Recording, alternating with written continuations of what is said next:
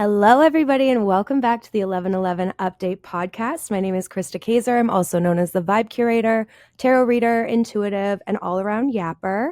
Today, I am in beautiful Calgary, Alberta, with the even more beautiful Cara Casey. Cara is an author, an entrepreneur, but most recently launched this incredible book, The Tough Bitch's Guide to Grief. Thank you for joining me, Cara. Thank you so much for having me. I'm excited to talk about it. My pleasure. Cara told me before that she has been listening to the podcast, so I am both flattered right now and nervous because I don't want to fuck up your relationship with my little podcast. No, not possible. So I read Cara's book. I got it. I pre-ordered it when you launched it. When did you launch it? End of April. End of April. Of this year, yeah. And as we've talked about before on this podcast, everybody I love is dead. So this was very much a healing read for me.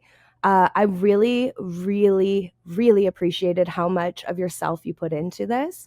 I've known Cara almost 20 years now. Probably, yeah. And Cara has always been a very sunshiny, beautiful. You would never know anything was ever wrong if something was wrong. And so when you came out with this book, it was definitely a beacon for me to read it. And I can feel the change in you with putting that out. So talk to me a little bit about getting into that mindset and what called you to write this guide.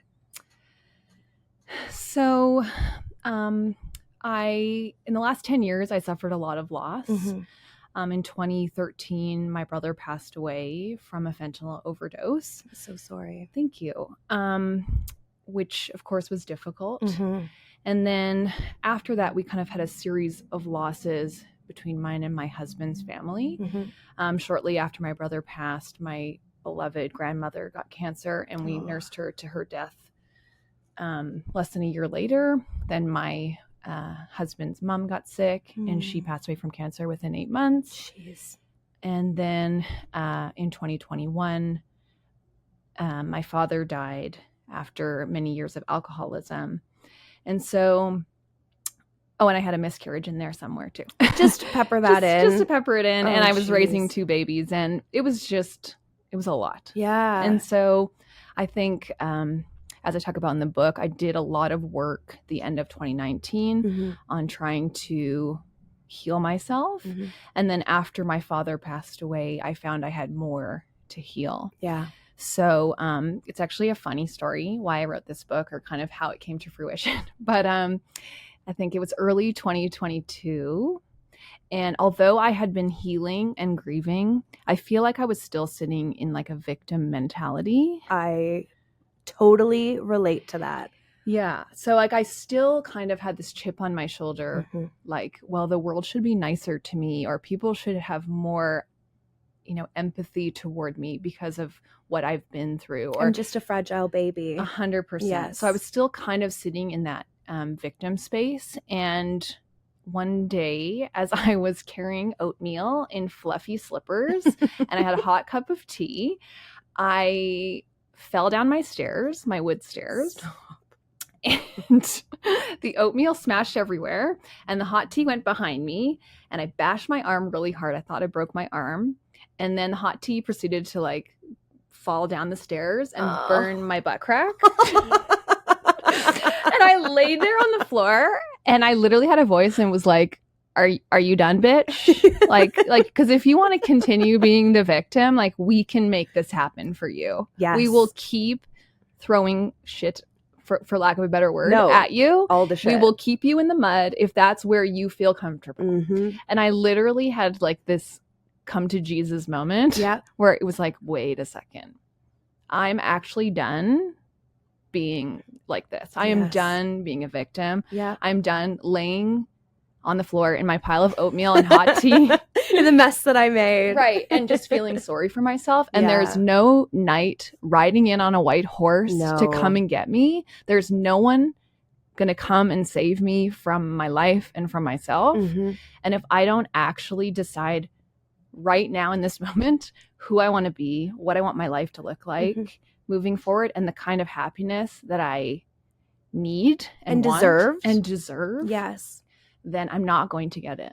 And No. so I literally had this moment and I thought, I need to start writing some of this stuff down. I need to write it out and I need to kind of get it out off my soul. Yeah. It was a calling. 100%. And then I started writing it. I wrote most of the book in about 3 days. Holy shit.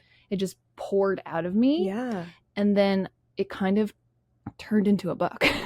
So and then I thought, oh my gosh, I actually have a book here. So it was initially just like an escape. You needed that release to get it out of you.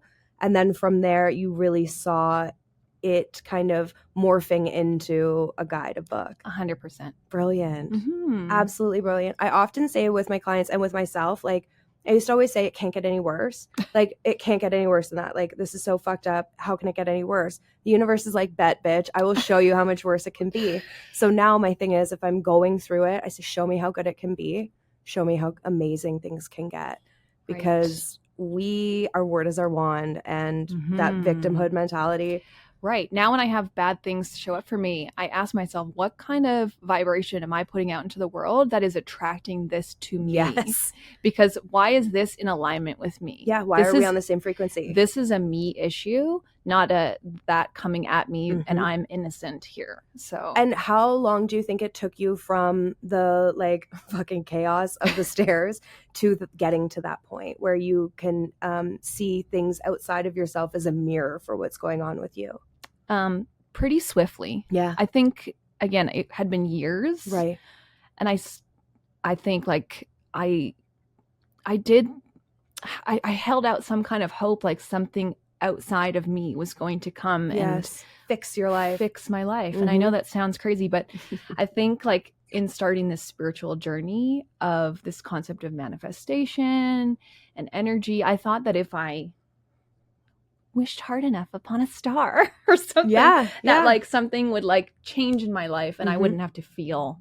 You can do the spiritual bypass. Right. Yes. And, I think it's interesting how when you described me in our former relationship, I think perfectionism was a huge coping skill for me my whole life, even from being a child. It was like, if I can just you got rewarded, be perfect, do all these things over here, be this star dancer, get all these gold stars, no one will notice the shit show that is happening in my home. Smoke and mirrors, 100%. Yeah. So perfectionism is definitely a trap for me, and it's something I continue to work on. And it's something that you got rewarded for. 100%. Because for those who don't know, Cara was a river dance dancer. She is an Irish dancer who has an Irish dance school, as well as was a world-class Irish dancer. So perfectionism was what paid the bills. True. Right? So true. So venturing away from that, I can only imagine that like the cellular difference in your body. Right. And that was really the hardest thing about this book. It wasn't about writing this book. It was about sharing the book. Right. That was the most vulnerable, authentic thing I actually have ever done in my entire life. Yes. Was to kind of display my hardest and worst moments, my most vulnerable state to the world. Right. Well, and as a reader and also as a friend, like I so appreciate that. I truly appreciate that because I can know you for 20 years and still not know what's going on behind the scenes. And then you pick up a book and it's all there. And I often say with myself, you go on my personal social media, you don't know one fucking thing about me. No. If you go on my Vibe Curator, my soul is out there. Like I put it all out and I'm okay with that because those people are going there knowing that is what's going to be happening, that like I'm here for the vulnerability. My personal side, maybe not so much. So it's really incredible that you were able to bridge that gap and be able to put your soul on a platter and put it in stores and on Amazon. Like that's incredible. Thank you. Incredible. Thank you. I'm proud that I did it. Well, you should be, honestly, because so many people have those ideas, they have those inspirations, they have those downloads, and they don't take them for the true divine inspiration that they are. And they just kind of, I'll get to it. Yeah, it'll come back. But this is what happens when you actually seize those moments, when you listen to your intuition, to that voice that's speaking to you. Yeah. Ugh. Now, you were talking about your spiritual journey, and Cara and I were briefly talking before about how she wrote this book because everybody's, or not because, but as in a way, because so many people's grief journeys are all so different. And that's so similar to spirituality. And so marrying those two together, like, what is your relationship to spirituality now? What does spirituality mean to you?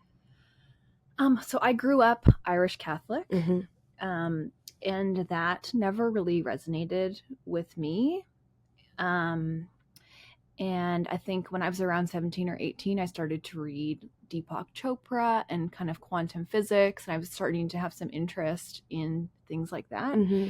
And then as I came into adulthood, I think I realized that my connection to spirit or the universe or God or whatever you want to call it is a personal one. Yes. And I realized that my connection wasn't found through church, which I know works for a lot of people. Mm-hmm. And I think you need to choose what fits for you. But for me, my connection to a higher power is something that I find when I go deep inside myself, Mm-hmm. when I have quiet. It doesn't happen for me in a church. Yeah. So yeah, it's been kind of a journey to find how I can best be in connection with that. Yeah. And I'm sure from an Irish Catholic family, when you kind of started to maybe not turn your back, but distance yourself from the church, was there a bit of pushback with that within your own family? Or were they pretty open-minded? We hadn't gone to church for a little while as a family. Oh, good. We had bigger problems. Yeah, bigger fish to fry. But I think my husband's family are still quite Catholic, and we ended up baptizing our kids in the church. Mm-hmm. And I think there is a lot of community and a lot of value in that celebrating special family moments. And absolutely. So that's something I can get behind. Yeah. But yeah, we've just made the decision that, we're not going to have our kids, going to church and doing things, but we still talk about spirituality and having that connection with something greater than ourselves. So, which is, I mean, I don't think my parents ever talked to me about having a connection greater than myself. They just dumped me in church and were like, let that guy do what he's got to do and see how that works out. Yeah, right. So how did your spiritual journey start? Like you said, you started reading Deepak Chopra and looking into quantum physics. Do you recall anything that really happened or experience around that time that kind of was a catalyst for that? I think I started having, I would probably call it whispers, little whispers that would show up. I remember when I was living in London, England with my now husband, I was feeling really bad about myself and my life. And I thought I had it so hard because I was working and I had no money. And, I was in a victim space. Yes. And I remember getting on the tube in London one day, and this man who had obviously been in some kind of tragic accident. He had no limbs, he had no arms, no legs, and he was totally burnt over most of his body. Oh. And he had these headphones on, even though he didn't have ears, but he had headphones on, and he was rocking out on the train. And I remember literally being like, noted. Yeah. Thank you. Thank you for that slap upside the head. Message received. So I think there was like a few little things where I started, it was more than coincidence. Yeah. It started to feel like, wait a second, there's actual little messages that are trying to reach me. And when I, in 2019, ended up checking myself into a grief retreat after I hit basically like an emotional breakdown, where I describe in the book that I imagined walking into traffic with my dog. Like I literally was so filled with sadness and trauma that I just felt like I couldn't take one more step. So I left and went down to this grief retreat in Taos, New Mexico. Wow. And I felt like I needed to actually leave the country and be so far away from my family to break down and just kind of let everything out. Yes. And I, at the end of the week of intensive counseling and yoga and various other practices, I did a guided meditation with this amazing shaman guy. I don't know how to really describe him. And he led me through this meditation that was with a drum. And I ended up having this insanely spiritual experience where I literally felt like I sat inside God. And I had messages that came to me that were like, basically, I'm paraphrasing, but basically that I'm not alone, and there is something bigger than you looking out for you, even when you feel alone, that you aren't alone at all. He didn't forget you. Right. Yeah. So from then on, I mean, you can't not be spiritual after an experience like that. And no, I was not on drugs. No, the toothpaste does not. Yeah, that time specifically. No, the toothpaste can't go back in the tube after something like that. You can't unexperience some. Just the way that with grief, with death, you don't ever go back to the same version of yourself before. And I think 100%. I remember after my dad passed, I was 23 when my dad passed. My friend Mikey came up to me and we were at a party and he shook me and he's like, "Kaiser, you're back." I was like, "What?" He's like, "You're back. You dumped your loser boyfriend, like you're back." And I was like, I'll never be the same. Like I was really upset. And I was like, I will never be the same. And I know he didn't mean it in any way other than like he was happy to see me look like my old self again. But I really was like, there is no going back. You're changed forever and you can move forward. And Cara wrote this incredible statement that really resounded with me. There were several of those, but one of them was, I live my life to fill around, sorry, I wrote it down and now I forget. My life fills around the holes that were left. Yeah, grows around the holes that were left. And I resonate with that so deeply. Now, you obviously, you had that retreat where you had multiple like meditations and shaman and all of these different things. What other kind of modalities? Have you ever had other types of readings, or have you ever been to a medium? I have. And I definitely think that can be helpful. I have not gone since my dad died. My relationship with my dad was very complex. He had a lot of demons, and I'm not ready open to potentially reaching out to him yet. I hope that at some time in the future that I might be able to. And I understand that he was who he was. Yeah. I have forgiven him. I am at peace with that. He did the best he could with what he had. Yeah. And that he had his own trauma that he brought to the table. And it just was what it was. My brother and I also had a bit of a complex relationship. Yeah. It's not that we didn't love each other, but the hats that we wore in our family were very different. I tried to keep this idea of perfection and normalcy. Yeah. And my brother was the person to say, no, this family is fucked. Yeah. And everything is fucked. And I'm going to go and smash my car and do drugs and be a reflection of the dysfunction. Yeah. And I was so angry at him for not pretending with me. Yeah. I do recall, you had a complex relationship with your brother at the time when we were friends, like, back in the day when we were partying, let's say. I shouldn't say when we were friends, but when we were partying, because you wouldn't really open up about them to me personally. And so reading about him and hearing you speak about it, it totally makes perfect sense why you wouldn't be, here's my open heart, this is what's going on, when you're trying your best to save the family, their public facing version anyway. Right. Yeah. Yeah. So, I mean, again, through a lot of time and space and healing and meditation, I also now understand that my brother was just acting in the way that he had to, or, and I do think that was his journey and his path. Yeah. And it all just is what it is. And that's it. Like, I truly believe that.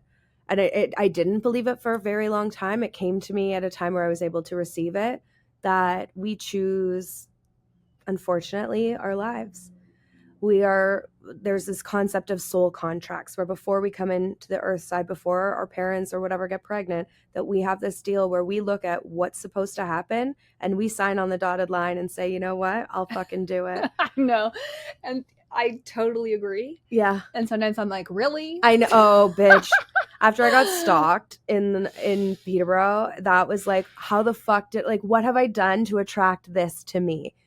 And or that I chose to have this earth adventure. But that's, the mirror thing. It really, I strongly subscribe to the mirror belief. And so it was really hard for me to say, like, what the fuck did I do to call this in?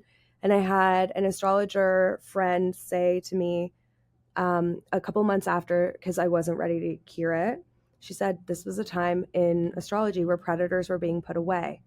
And you were placed there because you were probably the only person that would have been able to get a conviction. Yeah. And wow. I am in contact with a few of his victims. And I am the only person who's been able to get a conviction as he's been an adult. So wow. Even though I couldn't see it at the time, I can see it now. And it doesn't. You're an instrument of change. Apparently. Or trauma to some people, but hopefully more change. But I think with that, most people probably couldn't have, because I had to remember everything to go to the police. I had to do the police lineup. I had to do all these things.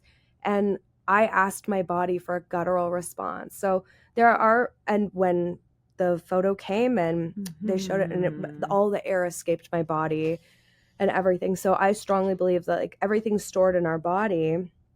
And so you also talk about that in the book, about trapped emotions, about movement, about releasing, because you said, 4 massive losses within a very short amount of time for you, 4 or 5 very massive losses. How did you start to move the loss and move through the energy? Yeah. So I got pregnant a couple of months after my brother died. And I think I made, whether conscious or unconscious, a decision to not feel. I think I didn't want to expose my baby in utero to all this sadness. I think I was and I've always been the person that's okay, we got to just make it happen. Yes. I'm very good in bad situations. Yeah. I'm the person who can handle it, So I think I made a decision to just handle it. Yes. And so I locked everything down and I was like, I'm going to be a mom. I got to do all these things. And then I accidentally got pregnant when my first baby was 8 months. Oops.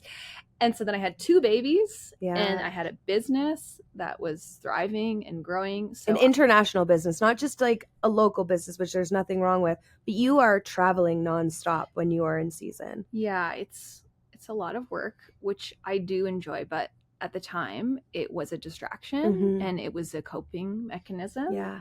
And so I was so locked down that I did not cry. I didn't really express joy either, because I think it works both ways. Yeah. You can't you're numb to fun. Everything. Exactly. Yes. You can't have it both ways. And so I was just a numb zombie person moving through life.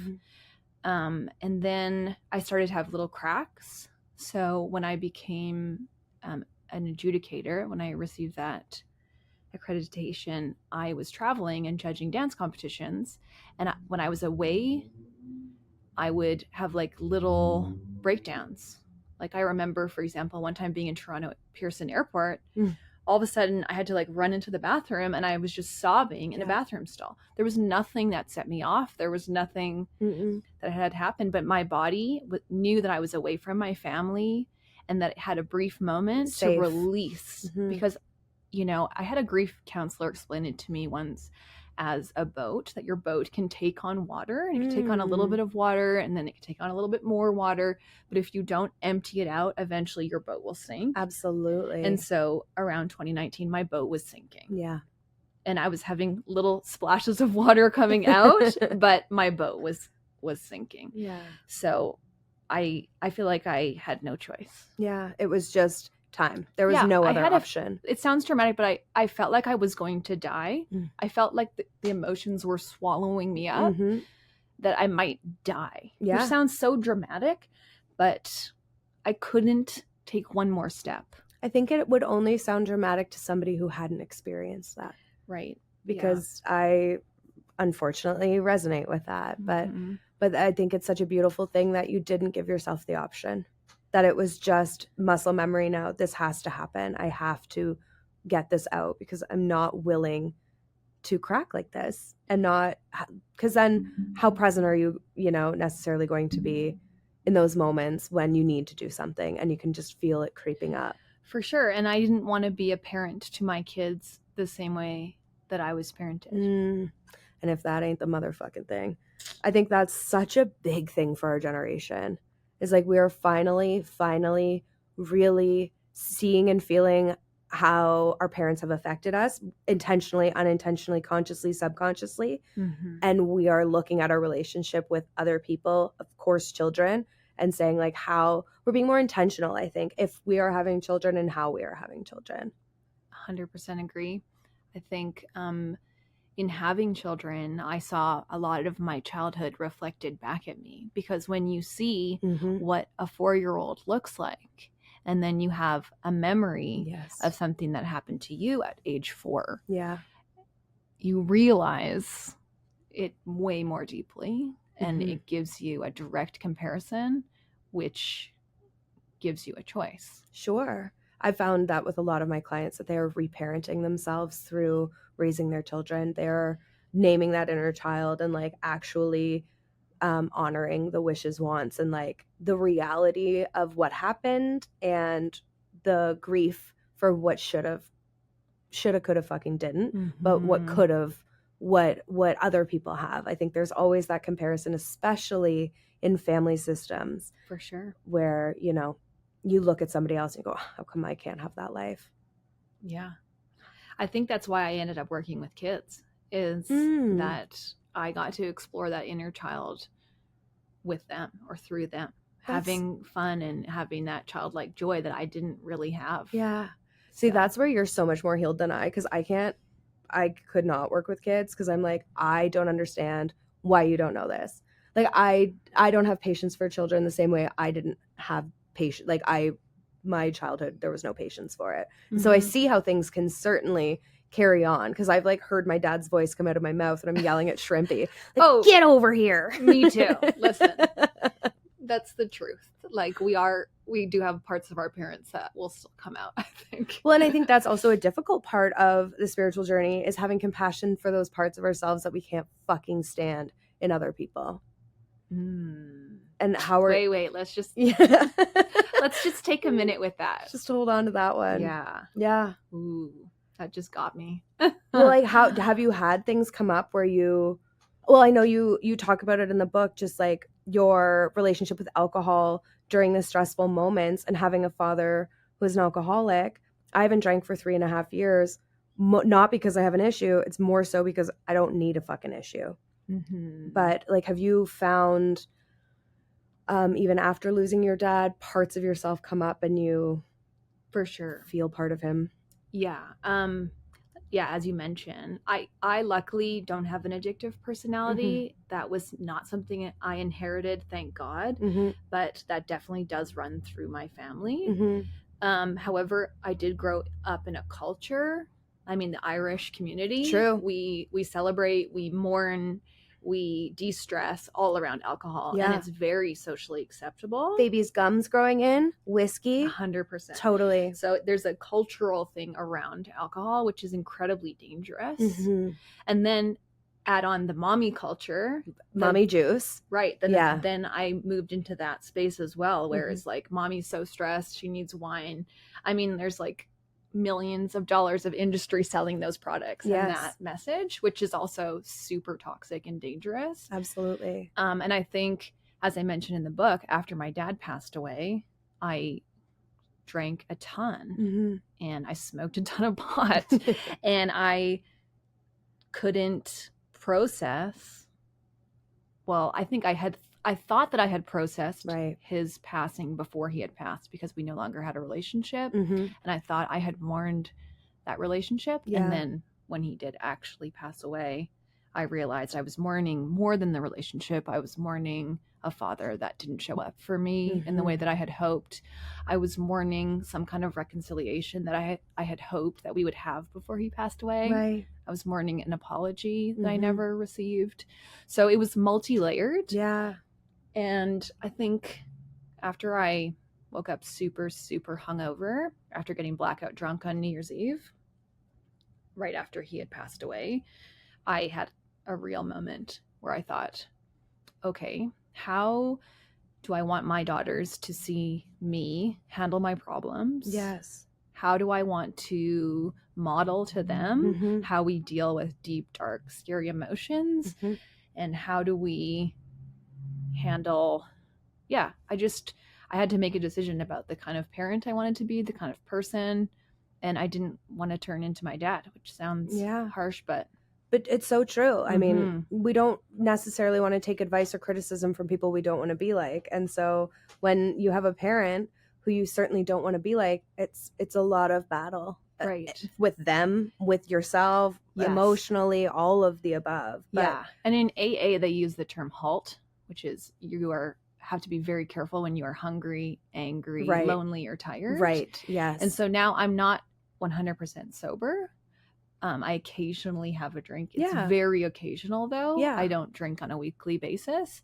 And I never, ever, ever touch alcohol if I'm hungry, angry, lonely, or tired. That's such a great thing to remember. I love that. I went to an Al-Anon meeting when I was 13 years old. My best friend and our dads were, well, I shouldn't say just our dads. Our parents were all alcoholics. And we had to pick a subject to do something on, and we chose alcoholism. And I just found an old report card, and it said, the understanding in which Krista has for alcoholism is more than we've ever seen. Like, and it was like, because it was a personal fucking thing. It came from my house. And then I went to the Al-Anon meeting, and they just confirmed that everything was actually not supposed to be like that. But those resources are so wonderful. It's so wonderful that we do have resources for people with addictions, people without. In Peterborough, we have this incredible program that just started about a year or so ago called Right to Heal. And so it's a community funded thing, and it picks up all of the gaps from addiction as well as mental health.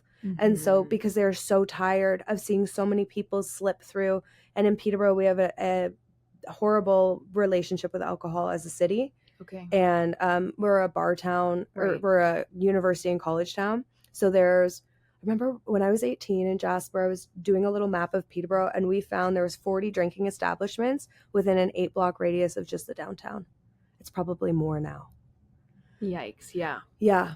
So back roads, like it's such a culture in which, like, I will avoid certain roads on certain days and nights because I know the generation that has learned that you don't just stop drinking, you just take back roads. Like, it's incredible, the relationships. And I think that is something more and more where in general society, like, we are really examining our relationships with alcohol for sure, more and more.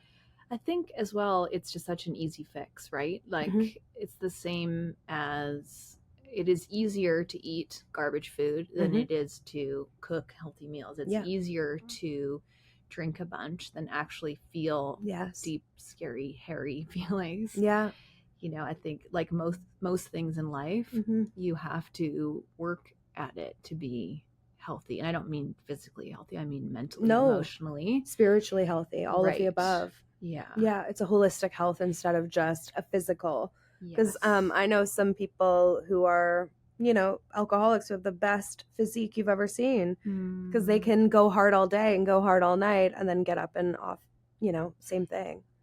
100%. And then they feel like, well, I'm not an alcoholic because I get I'm up running in the morning and do my workout. Exactly. Yes. Well, and I just started watching Young Sheldon recently, and they sit down, like, on every show ever. They all sit down. As soon as they get home, what do? Crack a beer.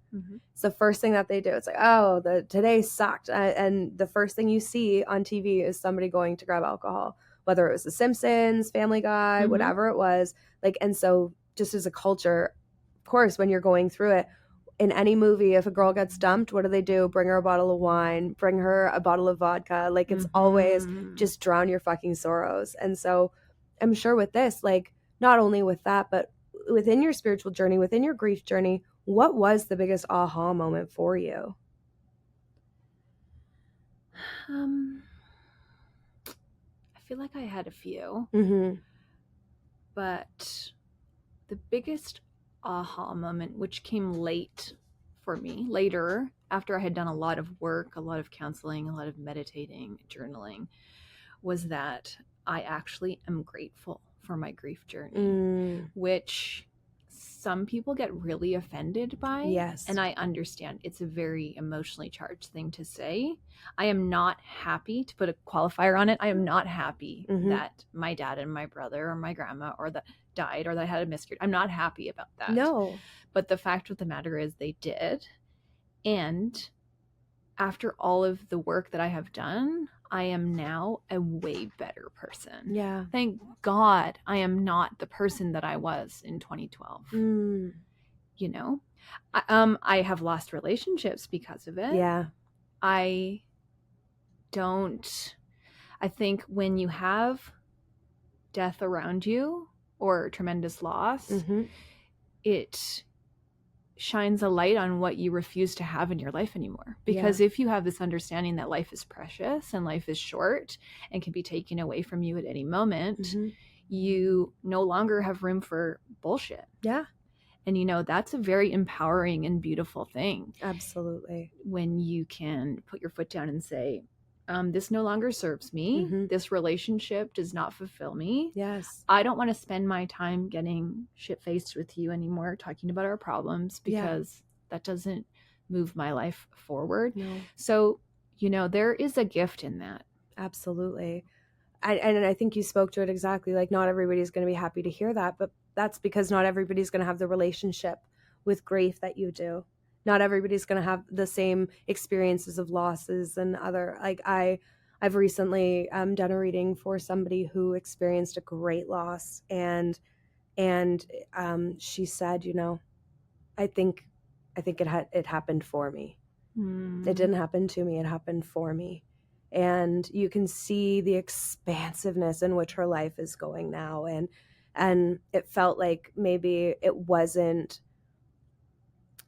open, it wasn't like when you picture like the road wide open and you can see the whole landscape. It was probably like blinders on. They only had a certain relationship and a certain life, and now unfortunately that person has passed. Her blinders are off and the world is her oyster. Not obviously immediately, but it takes time. For sure. And I think that's what I really wanted to encapsulate in my book, is that this is a journey. That there's no expectation that you will feel that free, like within 6 months of having buried someone you love. That's not actually possible. No. That it is a slow journey. I think the trap lies in never starting the journey, which I did for a long time, or B, staying stuck in part one of it, which is just in that total depression and sadness, which is part of the process and a very worthy part.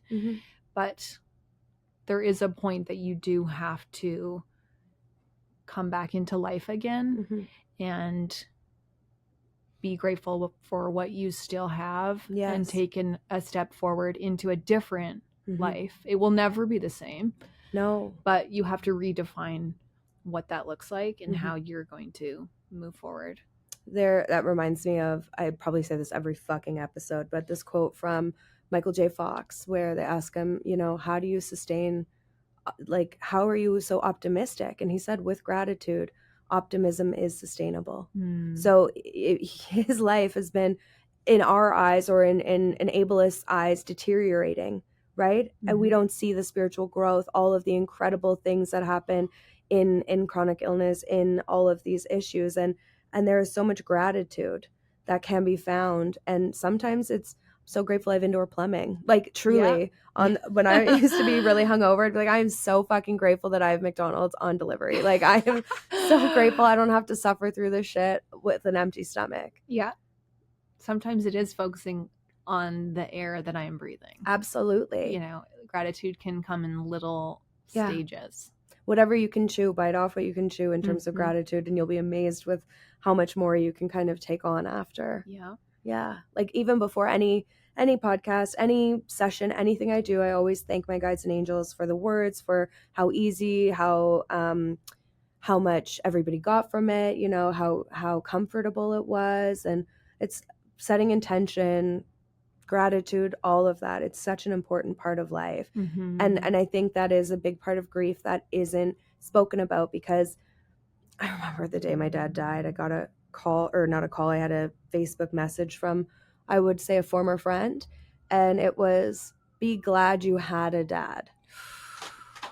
This bitch had a dad. She just didn't have a relationship with him. Whoa. And I was like, fuck you, my dad just died.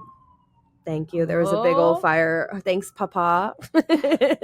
He was sending me a big sign there. But I was like, fuck you. Fuck you, man. You're trying to say that, like, I can't. That is some unhealedness right there. Well, Projection. Lord knows I've attracted a lot of unhealed people in my life. When I was unhealed, I was same but different, right? I was probably like, well, fuck you, you have a dad. You know what I mean? It's all the same bullshit. But I remember that, and it's like, all right, I'm not going immediately block, stop being friends with her. But I was also like, I think I sainted my dad for a while right after that. Oh, yeah. It happens in death where we take somebody who is a normal, dynamic person who had a lot of layers and a lot of demons and a lot of addictions, but also wonderful things about them, and we put them on a pedestal and we act like they were the greatest fucking people who ever walked the earth, because they are, in some version of us, they are, right. And that also, that everyone in our sphere has a different relationship with that person. Yes. You know, that's something I found for sure in my family. We all had individual relationships with those individual people, and they were all different. So our experiences were different. Yes. And our experiences of grief were different. And that can sometimes clash and not align. No. Yes. So my sister didn't come to the hospital at all, and I didn't say a fucking word. And then we went to plant flowers at my dad's gravestone in Belleville, because Prime Minister of Canada we're related to, he's buried with, it's a whole thing.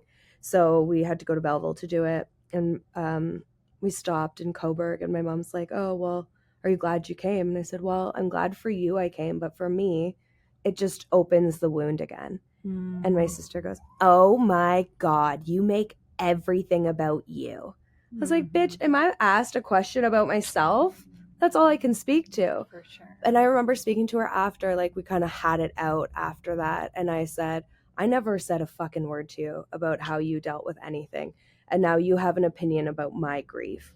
And so we no longer have a relationship. But I think so often with grief, people try to tell you how you should be grieving, or what, you know, why are you still so sad? You have so much to be grateful for. Like, everything can be true. You can be grateful. You can be sad. You can have great days. You can have shitty days. Yes, there can be many truths at once. Yeah, multitudes. Yes. You know, and when I put out this book, a lot of people who hadn't written it yet were writing on social media, like, don't tell me how to grieve. You can never understand the pain I'm in. And I thought, oh, I just felt so sad for them, because that anger isn't anger. It's just grief in its raw form. And, you know, if you read my book, I am not telling anybody to do anything. No, you're very, very clear that this is just a guide. Yeah, and it's just what I did and how I came out the other side, and use what you want or don't. But I don't think that anyone should be given a prescription for how to deal with it. No. It is a very personal thing. Yes. And the timeline is very different for different people. And the timeline never ends. Yeah. Because just when you think you've got it all sorted, a song will come on the radio. Or, you know, with my dad, I'll often see a man who looks like the spit of my dad in the most random time, and it will take me aback. Yeah. It's like getting kicked in the stomach. Takes your And breath away. It does. It takes my breath away, and it takes me a second, and I realize that grief will always be there. It never leaves you. And like, two things when you talked about the anger. Recently I heard the statement that anger is hurt's bodyguard. And if that ain't fucking true. Well, and especially for men, right? Because anger is the only accepted emotion that men are actually allowed to have. Yeah. They're not allowed to be sad or vulnerable traditionally. Yes. I think that's changing. Yeah, absolutely. But yeah, it was okay to go and punch something. Like, how many boyfriends have we all had with holes in their fucking walls? Right. Yeah. Oh, I mean, so obviously had such a fucking journey with everything. It's all trial and error. That's the thing nobody tells you. It's all trial and error. You'll know what works for you when it works, and you'll know what doesn't because it doesn't fucking work for you. Yeah. And this is, I just think of this, human experience in this meat suit. Yeah. As just, I am here to learn. I am a student of this earthly life. And I better try and learn as much as I can because I want to limit coming back here. Yeah. You're not trying to come back 100 times. Let's get it done this time. Or maybe 1 or 2 more times, but I'm tired. I'm ready. How has your life changed since you started out on this journey? You mean the book? Or with everything, with all of it, whether it's grief, whether it's your spirituality, whether it's after the book, like... I think that I am finally authentic. Thank God for that. Yeah. It is so exhausting trying to be someone that I thought that other people wanted me to be. So I think I'm finally, and maybe that's part of aging too, that I'm pushing 40. Oh, come on. But no, I feel like finally I am authentic. I truly know who I am. Yeah. I am unapologetic about who I am. Yeah. And part of this journey has been exploring what it means to be vulnerable, and then also accepting what comes back for that vulnerability. I mean, even in releasing this book, people that I would have considered part of my community, some people have taken a massive step back from me. And I understand that now as... this book reflects back onto people, their unhealed parts. Yeah. And so a lot of people are not ready to do that work. And so seeing me and seeing this book is a reminder. It's a reminder, and it's too much. And I accept that. Yeah. But I'm also not stepping down from that to make other people comfortable. No.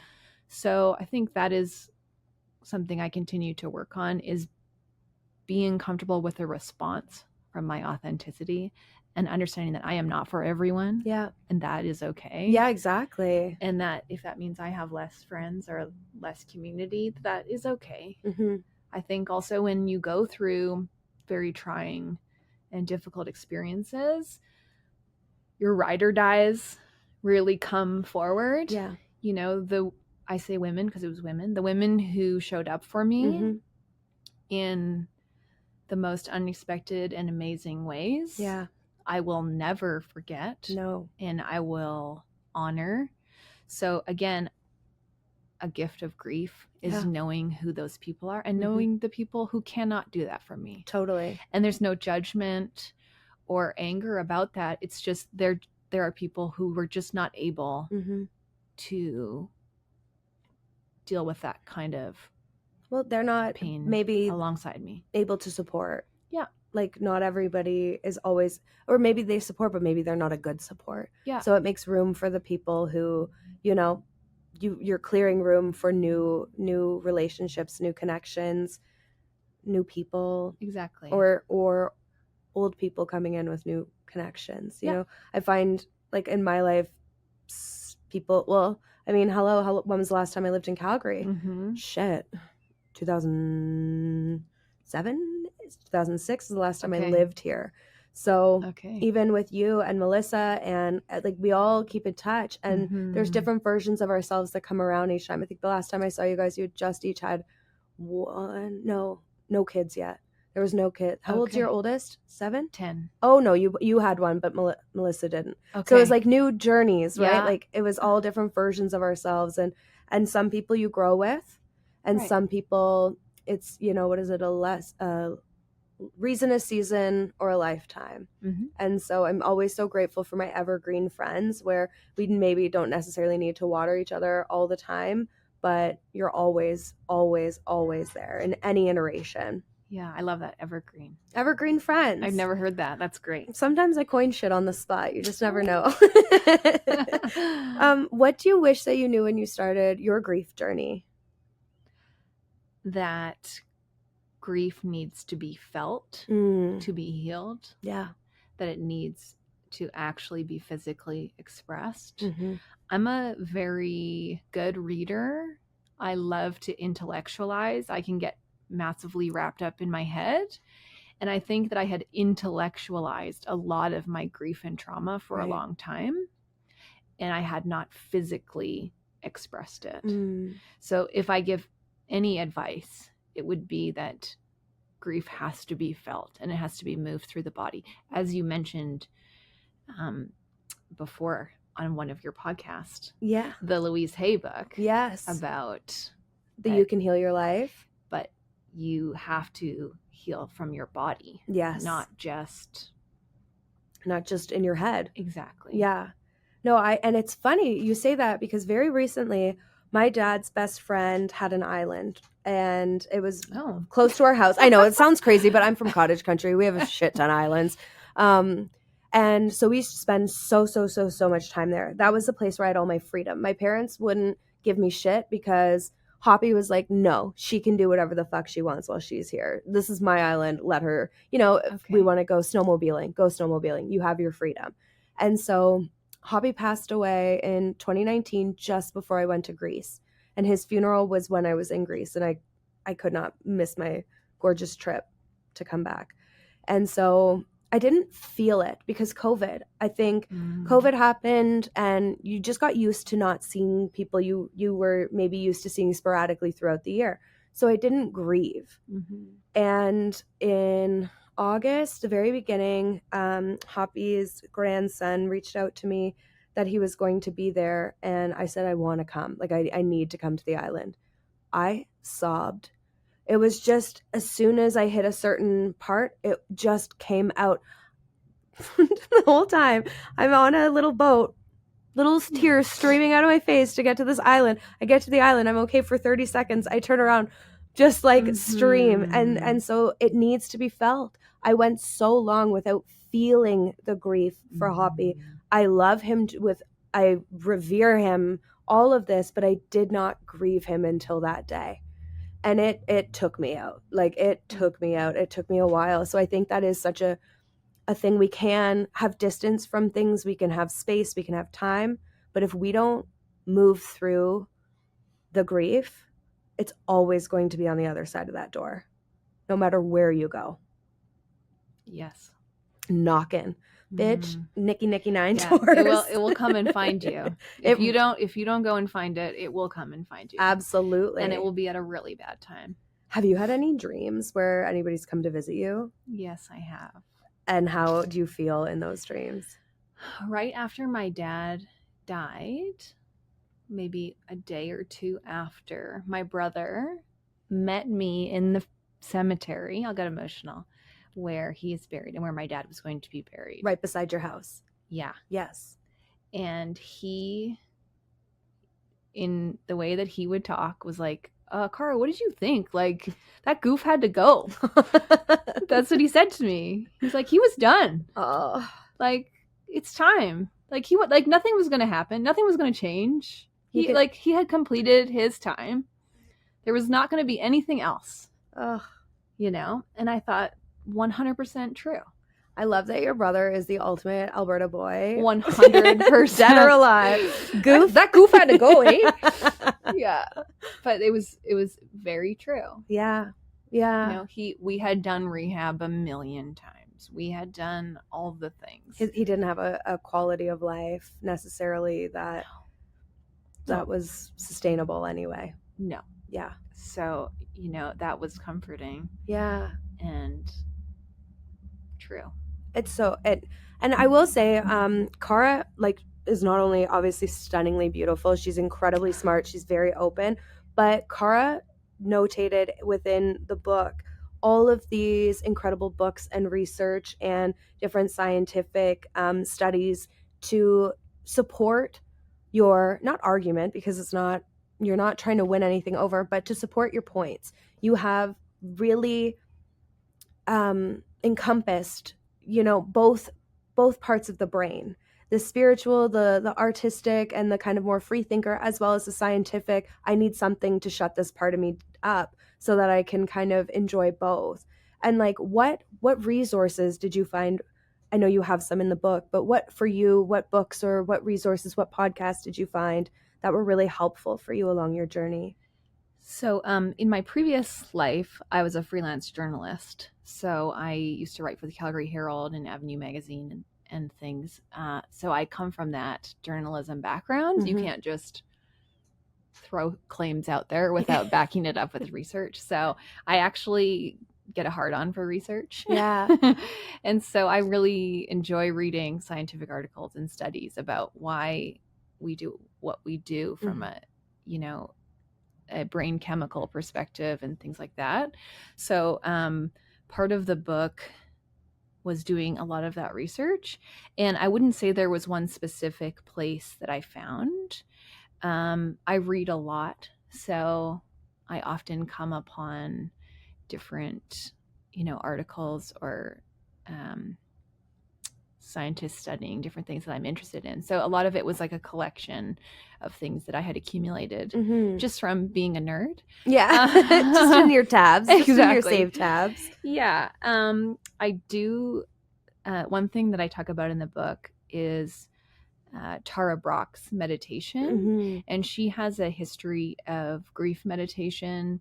And that's something I think that is super valuable for anyone in terms of feeling grief and moving it through the body through breath.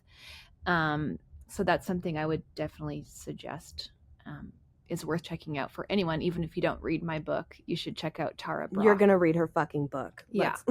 Yeah. And I think as well, the reason why I wrote this book is a lot of the grief literature that I went to, I found like very scientific. 400 pages on grief is not something. You can concentrate that much when you're grieving. Well, there's that as well, because the grieving brain can't actually focus that long. That's actually a symptom of grief, is that our brain does not function the way that we normally do. Right. When we are in the depths of grief, our brain actually reverts back to our more animalistic brain, where we are just focused on feeding ourselves and sleeping.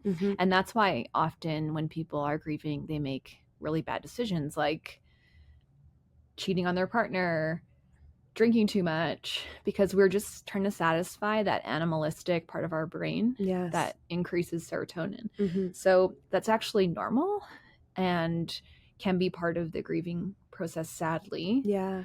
Because our brain just doesn't function and work the way that it normally does. I have hysterectomy fog. I didn't even know that that was a thing. I found out after that like 67% of women who have a hysterectomy experience brain fog. And so I've never experienced that before in my life. Even with grief, I didn't experience the fog. I think my nervous system wouldn't allow me. I was a hairdresser who had a full, like, a Veda concept salon, full booked every single day. I didn't have room to feel or to really delve into it. So yeah, I think that's a brilliant point. Yeah. I think being a hairdresser too, hairstylist. No, it's fine. That you are dealing with a lot of other people's problems. I mean, hairstylists are very much counselors for a lot of people. Therapy. Yeah. And I do therapy now. No, in hairdressing, like, you're seeing somebody for a funeral, you're seeing somebody for a wedding, you're seeing somebody for their brand new job, you're seeing somebody because it's Saturday and they just want a fucking blowout. Like, you see all everybody on the spectrum in terms of hair. And the amount of times I got really good at talking about my dad's passing because I had 9 clients a day for 6 days a week. Oh my gosh. So, you're telling 54 people at least, plus all of the other people who are vested in you, about what happened, when did everything go down? And Yeah. so after everybody knew that my dad passed away and I moved in or next door to my grandfather and then eventually moved in with him, all of my clients, then my grandfather passed and I was going to Australia anyways. I just couldn't come back. No. I can't, because there's a certain point where you don't want to relive it every single day or even once a month. It's like you start to have some normalcy and then someone will come in to your day and be like, how's your brother? How's your dad? There's been a few times where I've still had to like break the news. My dad's been dead for 13 years. And you'll run into somebody and they'll be like, oh my God, how's your dad? And you're like, 6 feet under, bitch. Like, not well. Oh, your dry humor cracks me up. I and mean, is appreciated. that was from my dad. That was a Bill Kaiser special right there. But that's how it is, I think we laugh because crying, it's too much energy sometimes. Yes. I like that saying. It's like, are you funny or did you have a good childhood? Go to every stand-up stage and ask them and none of them will have a good childhood. That's how you know they're really funny. I fucking love that. So you mentioned meditation. You mentioned journaling. What does your daily kind of practices look like in terms of spirituality or even marry that with grief? I learned very young accidentally that I need to move my body for moving energy through my body.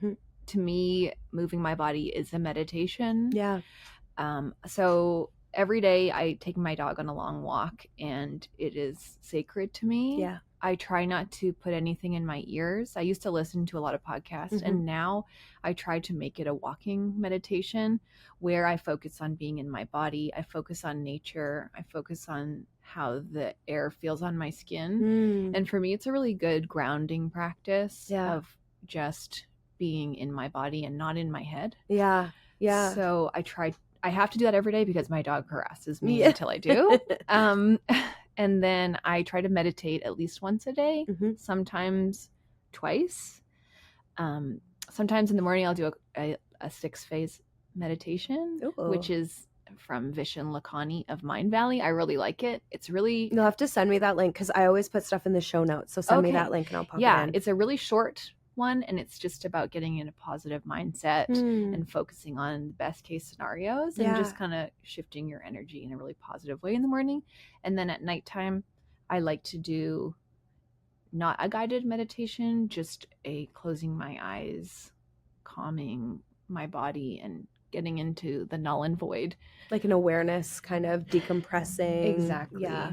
So I like to do that in a perfect world. I don't always get it in, but yeah. And then I try to journal when I feel like my brain is making circles and I have a lot of thoughts. I find that journaling is super helpful to just kind of put everything out on the paper. Yes. And oftentimes I have to do that before I sleep or before I need to use my brain in another way.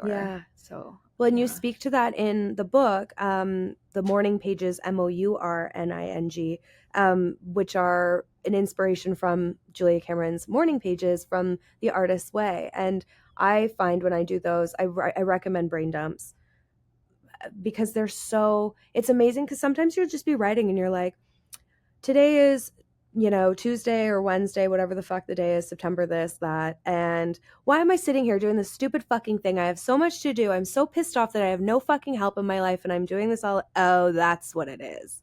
That's what it is. And yeah, I find that very helpful. And in Cara's book, there is a 90-day morning pages practice that you are encouraged to participate in. And how the hell did you find that?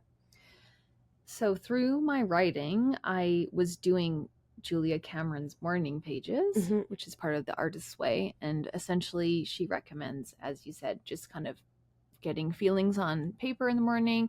And that hopefully can eliminate some of that brain dump so that more creative and spiritual juices can flow through you. So I started off doing that. And then I found that when I was actively grieving, that I had a lot of feelings and thoughts, but there's only so much you can talk about those things with other people.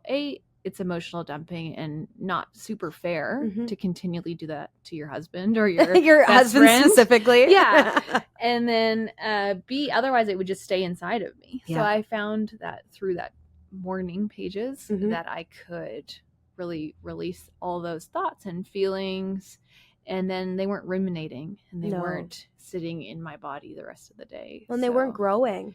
Also. Yeah, you're nipping it in the bud.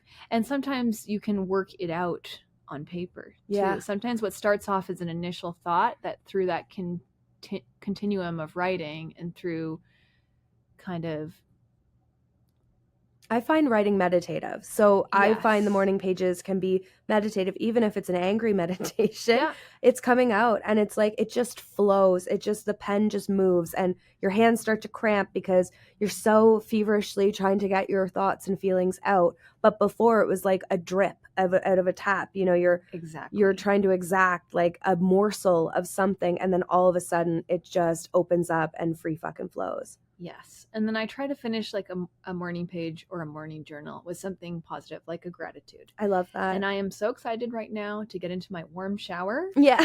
And wash all that darkness off of me. Yes. And have a fantastic day. Yes. Or some kind of positive affirmation. I love that. When I was mourning my dad, like really mourning him in the early stages of losing him, I used to like come home from work and cry my makeup off. And I was like, this is the poor girl's way of good skincare. I just cry my little makeup off and like, all right, go in the shower. And now I know you can cry in the shower and it won't look like you've been crying. Hot tip. Hot fucking tip. Now, you mentioned in the book that you walk through the cemetery beside your house often, daily, and you kind of, you don't necessarily have a ritual, like you sit and talk to them, but you kind of have a moment, you have a breath with them, and off you kind of go. Now, is that where you feel most connected to your spirituality? I feel connected to spirituality in lots of different places, sometimes surprising places. What surprised you the most? I think you can find spirituality anywhere, really. I think God or spirit or the universe isn't reserved for certain venues or certain places. No. I think sometimes someone can just say a small little comment and there can be God in that. Absolutely. Sometimes I find it in my kids. I find it easily in my kids or any kids for that matter, because I think kids are the most pure expression of creation, and they hopefully are not that fucked up yet. So they have a lot of light and brightness in them. Yeah.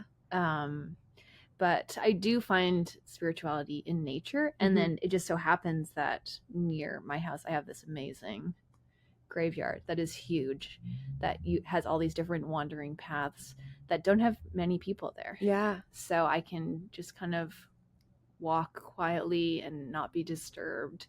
And it feels very grounded and spiritual to me. So. It sounds like you don't find spirituality, that it finds you.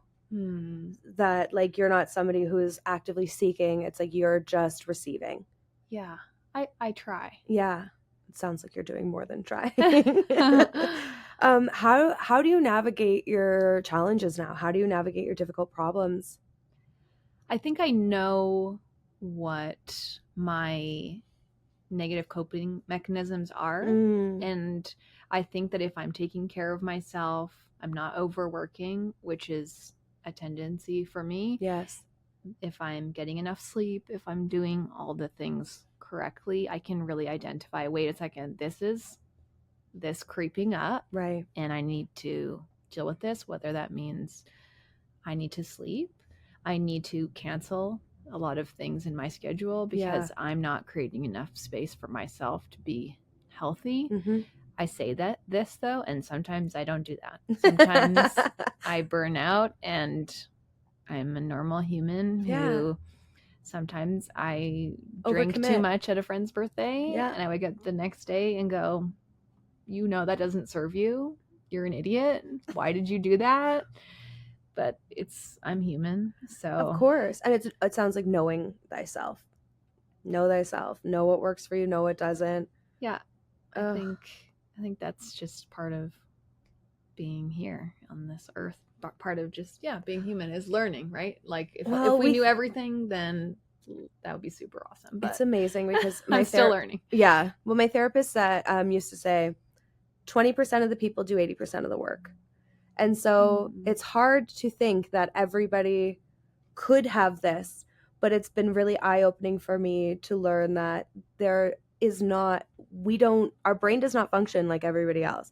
We are the 20% of the people. And so finding your 20% is that means, if you're in a room of 10 people, you may only relate to 2 of them. Yeah.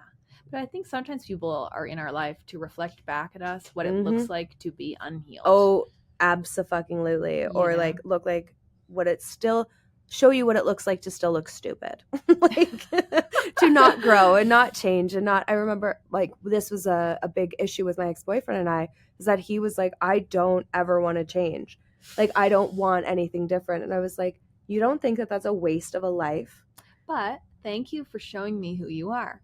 That's the reflection 2020. I could not see that at the time, right? For sure. I was just like, what do you mean you're like 30 years old and you don't want anything better or different or anything for yourself? Like, it just confounded me. And when Sue told me that, 20% of the people do 80% of the work, it changed the way I was able to think about stuff like that. Yeah. I know my people will always find me. I may not always be around my people, but I know that my people will always find me. Yeah. Us 20%ers. Get a tattoo. Yeah, exactly. Now, do you feel I feel like you have spiritual gifts based on what you've been saying? You've been listening, you get whispers. What would you say are your spiritual gifts? I think I definitely feel people's energy. Mm-hmm. I definitely am very empathetic. I used to use that as a kid to be who I knew the room wanted me to be, which is a trauma response and not healthy. Yes. So that's something I have to be careful of, because I will give you a song and a dance that you want. But I definitely feel like I've always been really good at hearing,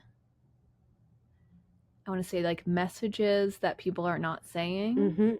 Reading between the lines. Yes. I've always had a very good instinct of, this is what someone's saying, but this is what they're meaning.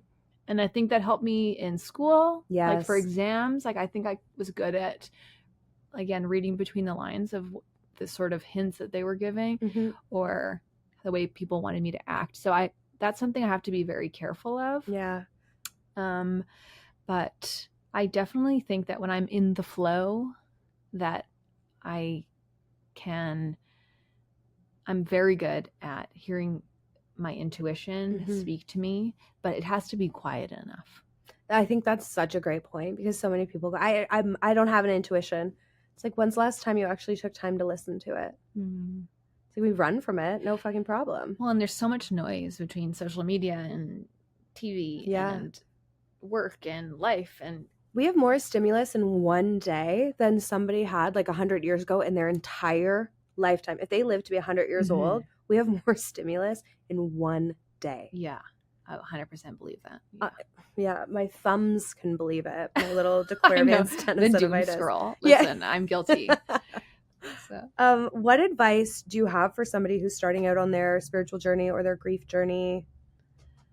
I think just defining what your perfect life looks like. If you had your perfect world, what would that look like?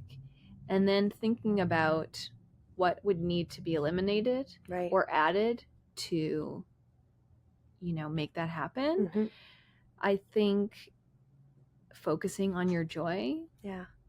I think intuition comes when you are following your joy and you are in your most authentic self. So I think if you do things that light your heart up, then you are on the correct path. I love that. I love that. And if it's not a fuck yes, then it should be a hell no. I say this all the time. Do you know your human design? Have you ever looked No, into it? I've heard about human design a lot lately. Okay, I think guess what we're doing at lunch. Okay, I was just gonna say, I think you've just said this. I need to do this. I forgot to ask. Do you know your sun, moon, and rising? I do not. Okay, well, we have a lot to do at lunch, but I know I'm a generator in human design, and so Okay. I am meant to respond to things. Okay. I'm not meant to necessarily initiate right away. And there, I find with human design, there are so many helpful things that help me to like know this is an environment where I thrive in. This is it's a body graph essentially, and it'll show you the areas that are lit up. And so if you like, I'm lit up in sacral and in root and spleen, I want to say.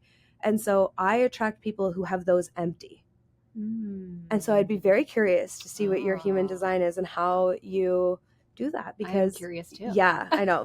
Just leaving this on a little curiosity note. What advice would you give to somebody that has no fucking clue where to start? I would advise them to just be kind to themselves. Mm-hmm. I think the ultimate sad part of grief is when we don't grieve what we have done to ourselves. You know, my hardest grief that I had to deal with was realizing that I was not fully present and disconnected from my children when they were small. And that's something that it still really gets me. Yeah. But now I forgive myself because I was literally doing the best I could. Yes. And so that self-love, I think, is where you have to start, that you are not perfect and you're human. Yes. And also that you are not the reflection of your circumstances. I love that. That you are a perfect being right now in this moment, even if you don't feel like it. The binge drinking sad woman that I was in 2018 was still perfect. Yes. Because she was doing what she could with the resources that she had at the time. And so I have to love her the same way as I love this woman who's done a lot of work, who's come out the other side. So if I were to say one thing, is just love yourself, accept yourself, forgive yourself, and show yourself ultimate kindness, and treat yourself as if it was your best friend. Absolutely. Cara has a few, just before we started, I went over some really quotes that really resonated with me. And one of them was, love yourself so fucking much you dedicate your life to it. And I loved that. I think that is what saves lives. I think as a woman as well, yes, it's counterintuitive to the way a lot of us were raised. Well, our value was in how we care for other people. Exactly. And now we're finding value within ourselves and establishing worth just for existing instead of offering and being of service. Right. Worthy in this moment. Yeah. Well, any parting words, anything you want to leave, any tender little love and care you want to say before we head off? Well, thank you so much for having me on the podcast. My pleasure. This has been awesome. It's felt very easy to talk to you. And I think just that grief is universal. And loss can encapsulate not just death. You know, we can have loss in, you know, we can lose our health. We can, you know, loss of marriage. Uteruses. Right? Yeah. But that's all valid, though. No, absolutely. And that loss will come to find you throughout your life. And so I think it's important to think about how you're going to deal with it and move through it, and that you're not alone. Because literally everyone is grieving in some form or another. Well, and like to your point, reach out. Even if it's, you know, going to that little grief group at hospice, or if it's, you know, going to the hospital and asking what resources they have for grief or counseling or anything, reach out, please, please, please. You do not have to do it alone. That's just my little 2 cents. But I so fucking appreciate you coming on. It's been such a gift. Please go and buy The Tough Bitch's Guide to Grief, a workbook to let, oh my God, I can't read it. To let that shit out. Let that shit out by Cara Casey. It's available on Amazon. If you want a special order through your local bookshop, please do. Maybe they'll carry more and more people will be helped. Rate and review. Go on there, 5 stars. Girl, you know I gave you 5 stars. Thanks. And follow my Instagram, which is at Cara Casey Writer on Insta. Perfect. Thank you so much. And I will holler at you guys on the next new moon. Toodles poodles.